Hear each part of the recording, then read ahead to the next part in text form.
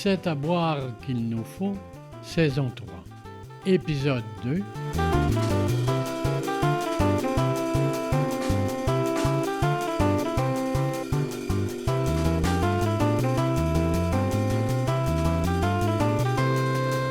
Votre balado vino. Salut tout le monde! Bienvenue à C'est à boire qu'il nous faut, saison 3, le balado qui vous fait découvrir le monde du vin et vous donne envie de faire voyager vos papilles gustatives. Moi, c'est Émilie Sénécal, votre animatrice, et je suis accompagnée de la sommelière Charlotte Ariel-Richard. Bonjour! Bonjour! Dans cet épisode, on vous apprend comment est-ce qu'on fait pousser des vignes à vino. Mais plus concrètement, on va apprendre le cycle de croissance de la plante. Est-ce que c'est aussi compliqué qu'on le croit de la cultiver? Et on finit par vous faire découvrir les régions où on cultive le plus la vigne à vino. C'est parti! C'est parti! Ah, la vigne! La vigne! J'aimerais vous dire que l'épisode d'aujourd'hui est une biographie d'Avril Lavigne, notre princesse punk nationale. Mais non, vraiment désolée pour tous les fans qui nous écoutent.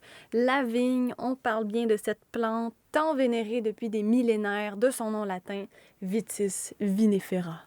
Dans la mythologie grecque, il y a même une divinité, Dionysos ou Bacchus pour les Romains, qui est le dieu de la vigne, du vin et de l'ivresse. Donc, la vigne est un symbole fort, comme en témoignent de nombreuses fresques ou poteries du Moyen Âge ou de l'Antiquité. Charlotte, que représente la vigne dans l'histoire et la littérature? La vigne, entre autres choses, en fait, représente le symbole de la fertilité de la terre, de l'abondance en nourriture, récolte abondante également, de la vie, mais aussi de l'espoir. Oui. Parce que, est-ce que tu savais, Émilie, qu'il y a beaucoup d'allusions au vin et à la vigne dans la liturgie? Dans la Bible, Oui. dès les premiers instants, là, quand Noé finit par arriver sur un bout de terre avec son zoo là, complet, Oui. une des premières choses qu'il fait, c'est planter une vigne sur Oui. la terre. Symbole de la fertilité, comme tu as Exactement. dit. Et il y a aussi une autre histoire sacrée qui raconte que Moïse aurait envoyé des hommes pour explorer la terre promise à Canaan, soit la région qui englobe aujourd'hui l'État d'Israël, la Palestine, l'ouest de la Jordanie et le Liban. Au retour de la mission, ces hommes-là auraient rapporté une immense grappe de raisins, là, une grappe miraculeuse, des raisins gros comme des balles, on comparait ça à des balles de tennis, mais ça n'existait pas dans ce temps-là, qui était le symbole de la fertilité et de la terre promise. Mais aussi, le plus près de nous, dans la conquête des nouveaux mondes, Jacques Cartier, dans son journal, a fait mention de la vigne. Et d'ailleurs, j'ai un extrait ici de son journal du 7 septembre 1534, quand il a nommé l'île d'Orléans l'île de Bacchus. Après que nous fûmes arrivés avec les barques audits navires et retournés de la rivière Sainte-Croix, le capitaine commanda auprès des dictes barques pour aller à terre à la dicte île. Et, estant à la dicte île, la trouva pleine de fort beaux arbres, comme chênes, ourmes, pins, cèdres et autres beaux de la sorte des nôtres. Et pareillement y trouvassem force vignes, ce que nous n'ayons vu, par-ci devant et à toute la terre, pour cela nommâmes île de Bacchus. Cette île tient de longueur environ 12 lieues et moult belle à voir. Quel bel extrait! Évidemment, c'était une interprétation libre signée Charlotte Ariel-Richard. Merci! Wow! Mais il semble donc que la vigne aussi, il y a de nombreux saints qui sont associés à la protection de la vigne. Par exemple, Saint-Vincent. C'est une fête très importante en Bourgogne. Le 22 janvier, il y a la Saint-Paul aussi, la Saint-Urbain. Le 3 juin, c'est la Saint-Moran. Donc, en priant Saint-Moran, le vigneron s'assurait de protéger ses vignes du gel et d'avoir une bonne floraison. Sinon, on retrouve aussi la vigne sur les représentations d'Adam et Ève. Et est-ce que vous sauriez me dire, ou Charlotte, pourrais-tu me dire si tu sais à quel endroit est-ce qu'on retrouve de la vigne dans les représentations d'Adam et Ève? Ah oui, là, je te vois venir. Là, c'est pas sur les parties intimes qu'il y a aussi les feuillus. Oui, t'as raison. La vigne semble être un excellent cache zouizoui, cache pipito, appelez-le comme vous voulez. Mais ça pourrait être aussi une feuille de figuier, non? Puis, En passant, là, c'est pas pour rien que la feuille de vigne est connue pour cacher les ouïes, là. Parce que c'est là que ça se passe. La notre fertilité, ben là. oui, c'est C'est vrai. en bas. Hein. Mais ça pourrait aussi évoquer, je pense, la puissance ou la force. Parce que on peut retrouver la vigne dans des armoiries ou dans les illustrations, les statues comme une couronne. Là. Mhm. Alors là, le symbole pourrait aussi signifier plutôt le courage et l'endurance. Et ça, Émilie, là, c'est parce que la vigne est vraiment une plante résistante. Pourrait-on en dire autant d'Avril Lavigne? Et, tu veux-tu dire comme dans le sens qu'Avril Lavigne est fertile ou résistante à l'industrie de la musique? Ben, je sais pas trop. Sans rien lui enlever de son talent, peut-être que cette chère Avril Lavigne tire plus de la symbolique du poisson d'avril que du vitis vinifera. Ouh, boum, boum. Je reviens sur ce que tu as dit tout à l'heure, avant qu'on s'égare là, avec Avril. La vigne est donc une plante très résistante. Pourquoi est-ce que tu dis ça? Ben, en fait, la vigne, c'est une mauvaise herbe. C'est Mauvaise herbe. ouais, c'est comme le pissenlit, là, ça pousse Tu veux dire qu'elle partout. pousse comme la mauvaise herbe? Oui, c'est ça. Ça pousse partout, ça pousse dans n'importe quel sens, ça grimpe grâce à ses vrilles. Là, on le voit là, sur le bord de nos maisons, là, comment ça peut monter super haut quand ça veut. Mais moi, quand je pense à un vignoble, je vois des rangs de vignes très bien délimités. Là. C'est pas dans tous les sens, là, comme tu le dis. Là. Oui, parce qu'il y a une différence entre laisser pousser et cultiver. La vigne est facile à faire pousser, mais pas nécessairement facile à cultiver. Comme les agriculteurs, là, le viticulteur travaille vraiment très fort parce qu'ils sont dépendants de Mère Nature. Aspirant-chef, je vous demanderai de tout arrêter, s'il vous plaît. J'ai une annonce à vous faire. Ne pas confondre la viniculture et la viticulture. La viniculture est la fabrication du vin, alors que la viticulture, c'est la culture de la vigne. Viti pour vitis, de son nom latin. Oui, chef! Oui, chef! Et si on résumait la viticulture en quelques étapes claires? Donc, la vigne a un cycle bien précis. À l'hiver, la vigne est en période de dormance. À ce moment-là, on fait ce qu'on appelle la taille d'hiver. On vient couper les pousses de bois de la dernière récolte. On fait ça pour notamment contrôler la croissance de la vigne, mais aussi la qualité du raisin. Et puis, quand vient le printemps, ben, la vigne sort de son long repos et donne les premiers bourgeons. Vient la croissance par la suite des nouvelles branches qu'on appelle les sarments, puis la floraison. Durant l'été, les fleurs se transforment tranquillement en fruits et les raisins prennent tranquillement leur couleur, période qu'on appelle la véraison. OK. Et puis là, quand le raisin atteint la maturité voulue... Ça, comment on fait pour savoir si le raisin est prêt?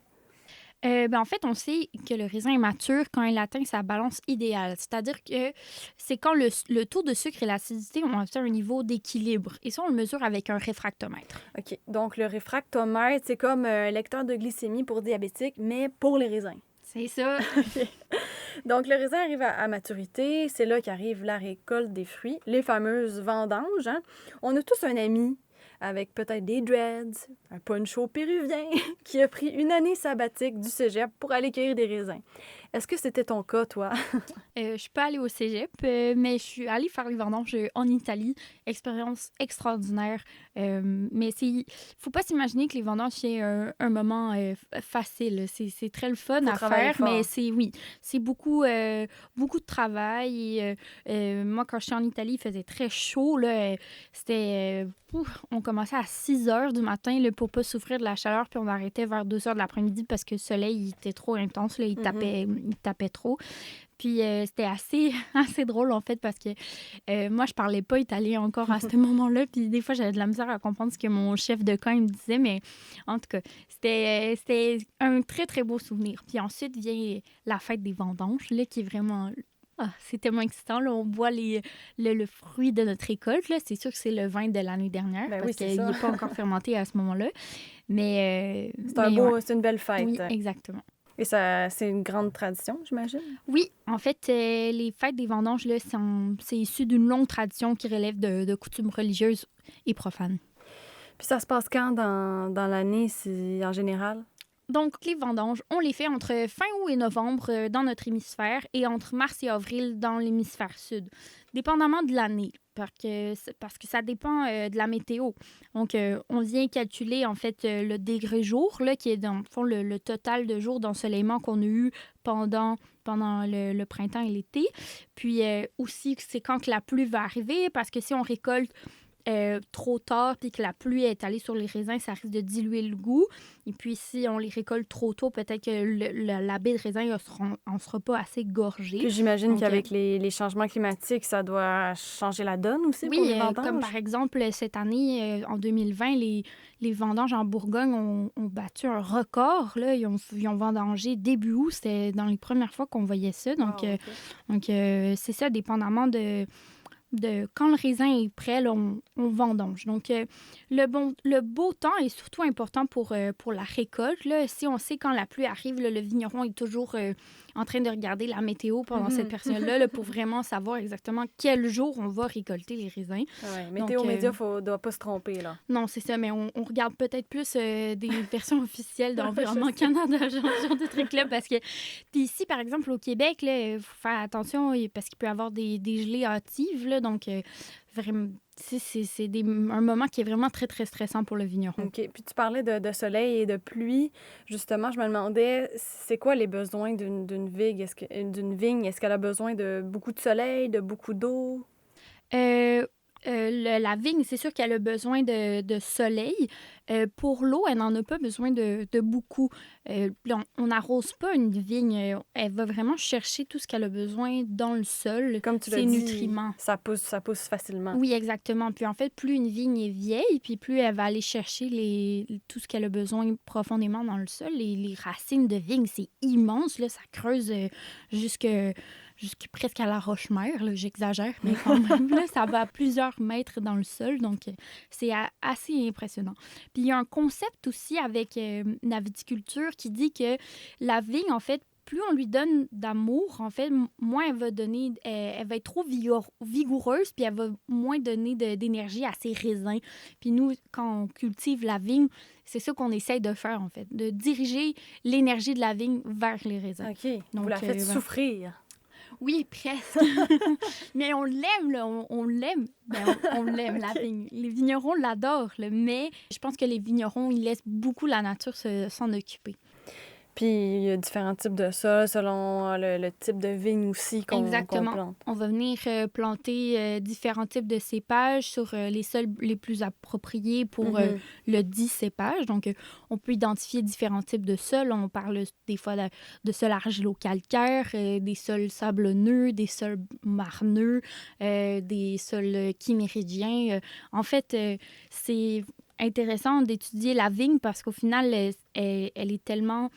liée à la terre. Exactement, liée à son environnement, qu'on peut étudier tout ce qui tourne autour d'elle. La géomorphologie, exactement. les sols, tout ça. Donc, dépendamment si un pinot noir, par exemple, est planté sur un sol de type argilo-calcaire ou un sol plutôt marneux ou calcaire, ben son goût va complètement changer. Puis pour terminer avec le cycle de culture de la vigne, après les vendanges, donc on envoie toute la récolte au chai, qui est le bâtiment agricole pour le vin. Et c'est là qu'on arrive aux étapes de viniculture. Et puis ça, ben c'est dans le prochain épisode. C'est ça! OK, maintenant j'aimerais faire l'exercice suivant.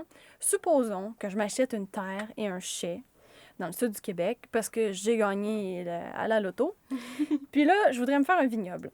Par quoi je commence pour cultiver ma vigne? D'abord, où est-ce qu'on achète ça, des plants de vigne? Certainement pas chez Costco. Non, en effet.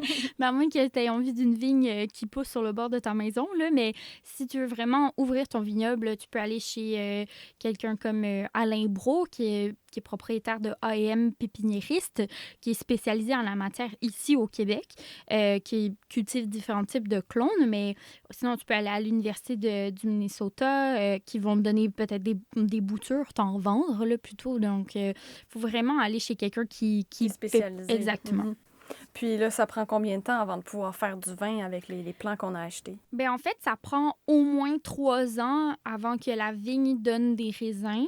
De qualité. De qualité, oui, c'est ça. Fait que de la plantation jusqu'à la première vendange, c'est 3 ans, mais 5 ans là, pour avoir un rendement acceptable. OK. Est-ce qu'il y a une date d'expiration à un plant de vigne? En fait, il y a des vignes là, qui vivent super longtemps. Là. Il y a une vigne en Slovénie qui a 450 ans, là, puis qui lui donne 35 kilos de raisins par plant. Est-ce que c'est beaucoup, ça? 35 kilos, c'est pas beaucoup. Là. Ça donne environ 35 bouteilles. Là. On compte à peu près 1 kilo par litre de vin. Donc, c'est ça. Et puis, en fait, la vigne, par contre, si on a un vignoble là, que c'est notre gagne-pain, là. La vigne a à peu près l'âge d'un homme. Hein. Ça peut aller jusqu'à 80, 100 ans qu'elle a une production qui est acceptable. Puis en fait, il y a des mentions des fois sur les bouteilles qui c'est marqué « vieille vigne » parce que là, on a des raisins qui viennent justement d'une vigne qui est allée creuser. Ses racines sont très, très loin dans le sol. Donc, elle donne des raisins qui sont... ça change un peu le goût. Là. On a des raisins qui sont un peu plus riches, un peu plus complexes. Donc, voilà. C'est donc à la discrétion, au choix du vigneron de remplacer ses vieilles vignes ou pas, selon les... Il y a un mouvement, en fait, de vignerons qui veulent garder justement ces vieilles vignes-là en signe de patrimoine. Puis, dans le fond, ils acceptent de diminuer leur rendement par hectare, par vigne. Donc, c'est sûr qu'ils font peut-être un peu moins de sous ou si c'est des grands vignerons, ils se permettent de vendre un peu plus cher ces genres de bouteilles de vin-là pour faire un peu plus de profit parce que sinon, c'est un moins bon rendement que les jeunes vignes là, bien vigoureuses là, qui donnent plein de kilos. Donc. On en arrive maintenant à notre question du public. J'ai ici... une question de Manon de Mirabel qui nous demande « Quelle est la différence entre un vigneron et un viticulteur? » Alors, un vigneron, c'est quelqu'un qui va faire le vin et un viticulteur, c'est lui qui cultive la vigne. Souvent, on associe le vigneron aux deux. Souvent, le vigneron, c'est un artisan qui va être un viticulteur et un maître de chai, donc une personne qui fait le vin. Et le viticulteur, quant à lui, ne s'occupe que de la vigne. Bon, ben c'est clair. J'espère que pour Manon, c'était clair aussi. Et on est chanceuse. On a reçu une autre question très pertinente de Jean-Guy de Rosemère. Ici, il nous explique « J'ai des raisins dans ma cour, pas très sucrés, point. Ma femme ne les aime pas, point. Mais moi, oui. Est-ce que je pourrais faire du vin avec? » T'étais-tu en train de lire un télégramme? Stop. Mais oui, en fait, c'est possible. Alors, cette vigne sauvage-là que Jean-Guy a dans sa cour, c'est probablement du Vitis riparia. Donc, en fait, le Vitis riparia, c'est la seule vigne qui pousse à l'état sauvage au Québec. Il y a des gens qui font du vin avec cette variété-là, mais ça risque de tirer plus sur le jus que sur le grand cru. Donc, ça va probablement vous donner un bon jus de soif là, à boire à tous les jours là, sans problème. OK. Bon, ben merci. J'espère que c'était clair pour vous, Jean-Guy. Il faut savoir, d'ailleurs, à ce sujet-là, qu'il y a une différence entre les raisins de table et les raisins à vin. Hein. Comme les pommes, il y a des Macintosh, des Gala, des Cortland. Chacune a un goût, une couleur différente, une texture, pousse mieux dans certains climats et tout. Donc, c'est la même chose pour les raisins à vin. On appelle ça des cépages. Et on pourrait pas, par exemple, faire un vin qualitatif, un vin de qualité avec des raisins Del Monte. Oui. En plus du Vitis riparia, il y a aussi le Vitis labrusca, mais reste que la vigne la plus qualitative, c'est le Vitis vinifera. Et on a aussi créé des hybrides pour créer des variétés plus résistantes. OK, maintenant j'ai une question à 100 $. OK. Est-ce que c'est la vigne qui fait le vin ou c'est le terroir qui fait le vin? Ah! Les deux, Émilie. Ce qui est le plus intéressant avec la vigne, là, comme je disais tout à l'heure, c'est qu'on peut étudier, par exemple, la morphologie des sols, le climat, etc. Ce qui est intéressant, en fait, c'est que la vigne, elle reflète son terroir dans ses raisins. Et puis, c'est pour ça, en fait, qu'on est capable d'identifier par la suite les différentes origines du vin. Parce que si on a un climat, par exemple, qui est plus chaud, si je reprends l'exemple, par exemple, du pinot noir qui est planté sur le même type de sol, par exemple, 2 types de sol argilo-calcaire, si on se retrouve dans un climat plus chaud ou un climat plus frais, l'acidité va changer dans le vin, par exemple. On va avoir des tanins qui vont être un peu plus serrés ou un peu plus doux en bouche. Donc, Donc, tout dépendamment de où on est sur la Terre, le cépage va se transformer, dépendamment du climat du sol sur lequel il est planté. Justement, c'est quoi les terroirs où pousse la vigne? Quels sont les pays, quels sont les plus grands pays producteurs? L'Espagne, l'Italie et la France se partagent la première place. Dépendamment des années, ça va changer. Et puis, ces 3 pays-là, en fait, se partagent la moitié de la production viticole mondiale. Donc, mais on voit aussi des pays émergents, là, comme la Chine, par exemple, qui plante de plus en plus de vin. Et c'est assez impressionnant. Qu'est-ce qu'ils font? On n'a pas beaucoup de vin chinois à la SAQ, non, je pense pas que j'ai goûté à ça. Mais si vous avez la chance de mettre la main sur un de leurs Cabernet Sauvignon, c'est quand même chouette. Qu'est-ce qu'ils font? Au fond, les vignerons, c'est comme nos dieux du vin à nous, nos Dionysos. Mais ce que je me demande, c'est s'ils portent en secret des couronnes de vigne ou des culottes avec des feuilles de vigne dessus. Non, tu penses pas? Mais en tout cas, moi, je suis allée voir sur Internet, là, parce que j'étais très curieuse. Et ça n'existe pas des bobettes avec des feuilles de vigne qui cachent les parties intimes. Alors moi, je pense qu'on vient d'inventer quelque chose. Ça pourrait devenir notre produit promotionnel. Si vous êtes pour mon idée, écrivez-nous. Sinon, on va en sticker au balado. Oui. En tout cas, on les remercie, nos vignerons, nos dieux de la vigne. Et comme offrande, ben pourquoi pas essayer d'acheter local. Encourageons les vignobles d'ici. Essayez quelque chose cette semaine, un vin québécois. Et ben écoutez du Avril Lavigne en même temps. Et j'en arrive à répondre à la question quiz de l'épisode précédent qui était « Combien y a-t-il de vignobles au Québec? » La réponse? Selon le Conseil viticole du Québec, on comptait 134 vignobles en 2019. Ça inclut les vignerons qui possèdent au moins 1 hectare de vigne. Et la question quiz pour le prochain épisode, Charlotte, à toi l'honneur, grande prêtresse du vin. J'aime mon nouveau titre. D'après vous, quel est le pourcentage de vin blanc et de vin rouge produit au Québec et quelle est notre consommation de vin québécois en litres? Bonne question. Si vous voulez savoir la réponse, écoutez notre prochain épisode. On vous laisse là-dessus. Merci tout le monde. Si vous avez des questions pour notre sommelière Charlotte, des commentaires, des propositions, ben n'hésitez pas à nous les partager en commentaire ou par courriel. Merci tout le monde. À bientôt et bonne dégustation. Ciao! Bye bye!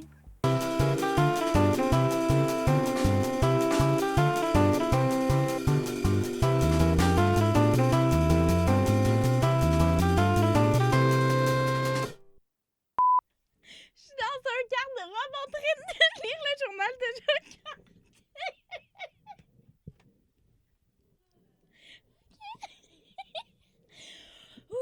OK. Sérieux. On reprend notre sérieux. Après que nous fûmes arrivés... Attends. Là, Charlotte, c'est genre quartier quand même. Après que nous fûmes arrivés avec les barques au dit navire et retournés de la rivière Sainte-Croix... Émilie, sois sérieuse. Excuse-moi.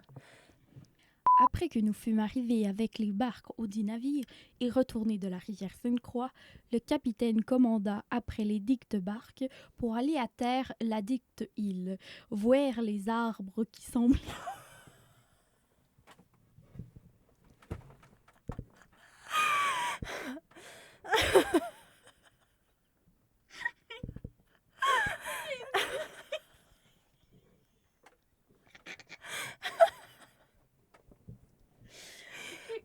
Veux-tu que je sorte? Je vais sortir.